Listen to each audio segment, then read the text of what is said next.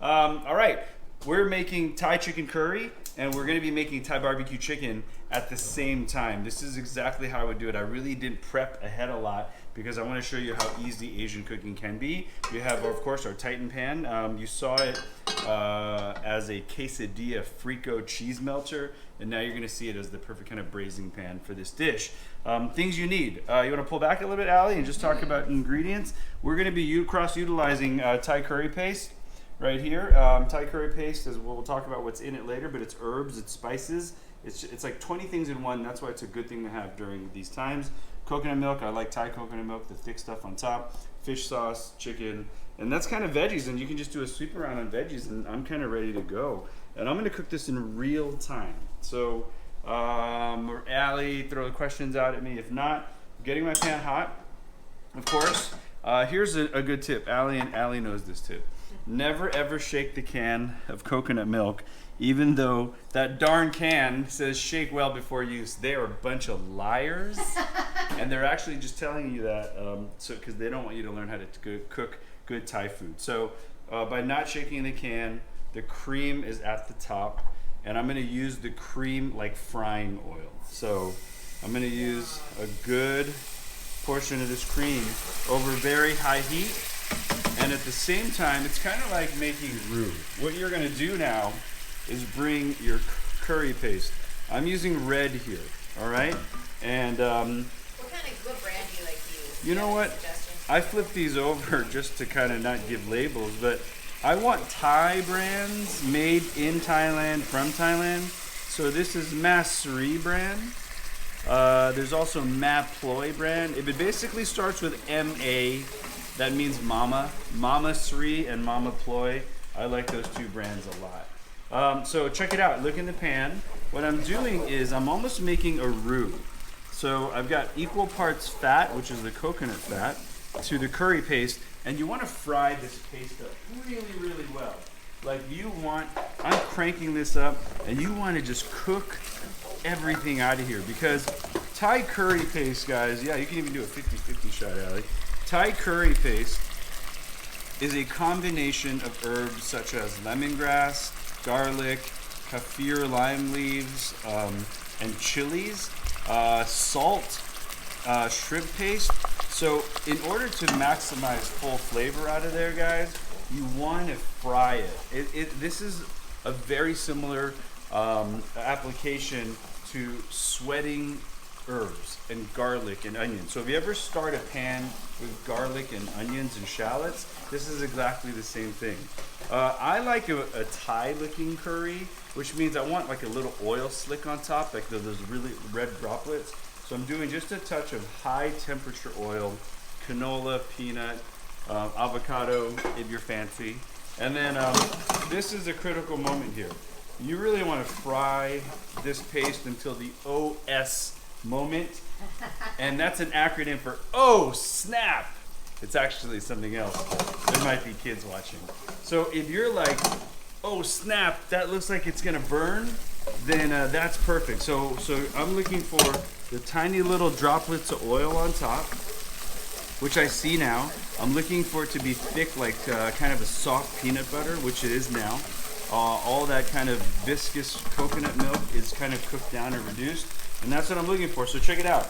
It's time to go in now and add the rest of the coconut milk. Now I don't want this all because I'm making enough curry for a few people, but I want to save some for my next application. So I'm reserving about half a cup right there. All right. So what do we love about Thai curry? How it's super thick, how it coats the back of the spoon, how it is kind of this luxurious sauce. That kind of bathes everything else in it. Oh, I would bathe in that. Oh yeah, we would all bathe in that, baby.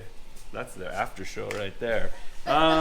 Okay, in terms of what is bathing in this curry, I took some chicken out of the freezer, I thawed it, and I've cut it into thin slices. Now I'm going to show you what I do with vegetables. And the vegetables that I like to use are durable vegetables. See that broccoli? Oh, it's a little discolored. It's been in the fridge for a few weeks. Not stressing about it. This is the time to not be throwing away your imperfect produce, y'all. So I'm taking the florets, and I'm gonna show you a way to cook your durable produce, and marry it into the curry without just kind of dumping it into the curry. I don't throw these away. You see these broccoli stems?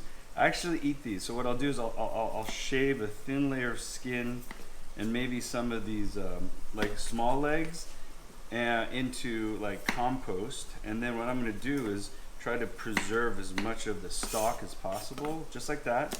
And then I'm gonna slice that stalk. Here, check it out. So I'm gonna use these stalks. And all the while the curry is simmering away. I want it to because I need it to reduce. Not throwing that away. Totally useful. Let's do a curry check really quick, Allie. Check it out. Inside this pan. All right. Because it's our Titan nonstick pan. Now, someone was asking, what temperature are you cooking this? Full blast. I'm at 100 miles an hour. And then I'm at 100 miles an hour, full blast, because I need this curry to reduce into a thick sauce. Because I'm not adding a thickener like cornstarch, I want the reduction to be via evaporation. So what I'm looking for is this. I'm not there yet. I'm going to run the back of a spoon in. I'm going to run a channel there.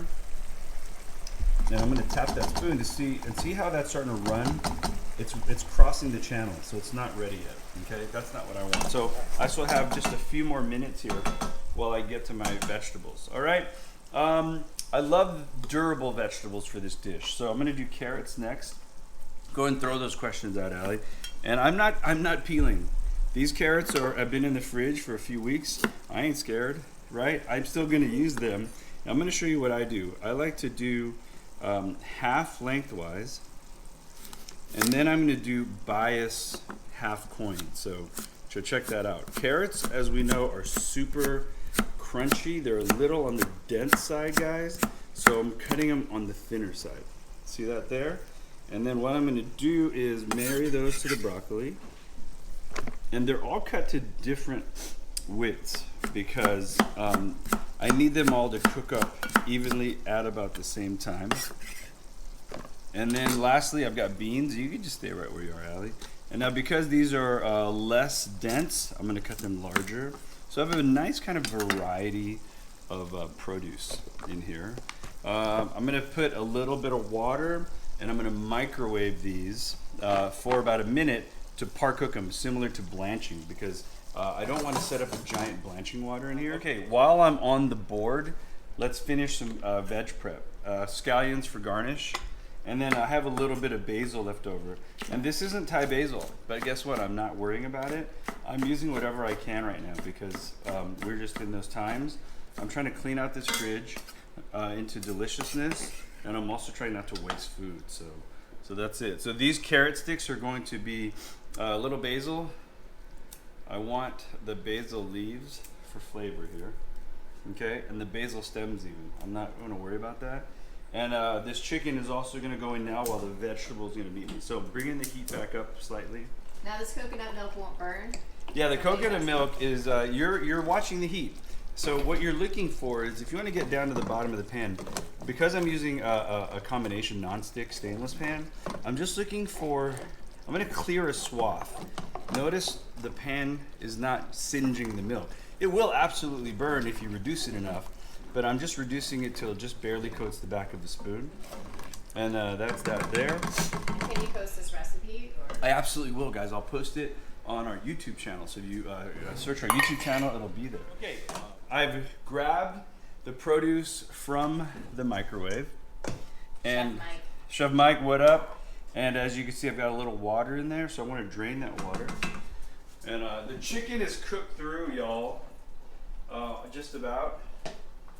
Join these veggies in. Well, how do you tell when your chicken is cooked through? It's a good question, Allie. I'm looking for color, and I'm looking for the translucent chicken, which is pink, and it's not cooked through, so I'm glad I'm looking for translucent to turn to opaque. So I'm looking for a white all the way through. So I'm going to let that simmer. We're going to season this and then move on to our next dish. And if you have any questions, do let us know. So that's going to cook up. I'm going to let that be. Seasoning. Thai food is the perfect balance of 5 flavors: hot, sour, salty, sweet, savory. The curry paste has hot. the curry paste actually has savory in it because it is salt and shrimp paste. I'm gonna do a touch of fish sauce, I'm sorry. I'm gonna do a touch of fish sauce. If you don't have fish sauce, I don't want you to freak out.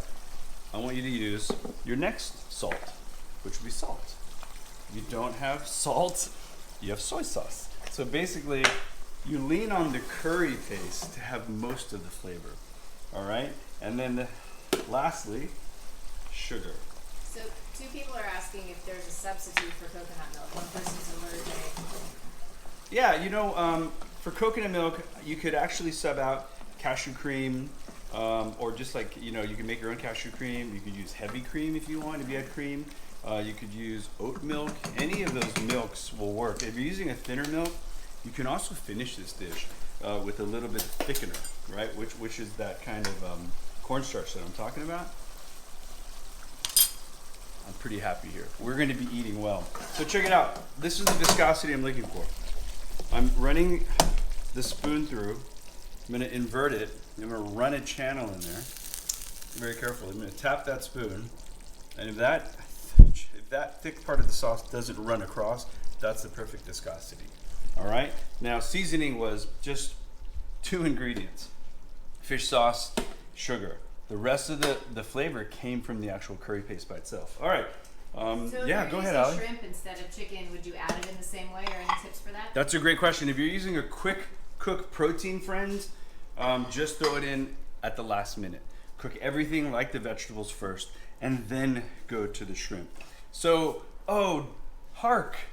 I have leftover curry paste and coconut milk. I have 1 meal ready to go. What do I do with it? Well, I took a chicken out of the freezer. And I was like, okay, I'm gonna meal prep. I'm gonna get ahead for at least 2 to 3 days. If you don't have gloves, just wash your hands. But I'm doing gloves because I want to be able to do this quickly and transition to plating. All right, so curry paste right onto the bird. The rest of the coconut milk right onto the bird, just like that. All right. Now, Ali, let's massage the bird. Oh. Now I want you to Get in there. Get in there. And okay, your questions are: what if I have chicken pieces? Awesome. What if I have chicken breast? I'm actually cooking this chicken breast off the same way, so I can put it in Allie's chicken salads for the rest of the week because she's eating a lot of salads. So this bird is going to live in this marinade. And again, I want to just really kind of get it into both sides. You can see the curry paste getting in there. How long does fish sauce stay good in the fridge? And I'm gonna take my gloves off. Fish sauce in a cool, dark place should be good for up to a year, guys. And you don't need to put it in the refrigerator. I don't put my fish sauce in the refrigerator. So from here, you could just cover that. You could put it in a zippy bag. I'm gonna vacuum pack this so I can put it back in the fridge and then use it maybe next week. But I want to show you how I cook this. Thai barbecue chicken does not have to be cooked on the barbecue. I've done one ahead so I could show you the results. Put this on a sheet pan lined with foil, roast at 375. Voila! Look at that, family. That is unbelievable. So this roasted in the oven becomes this.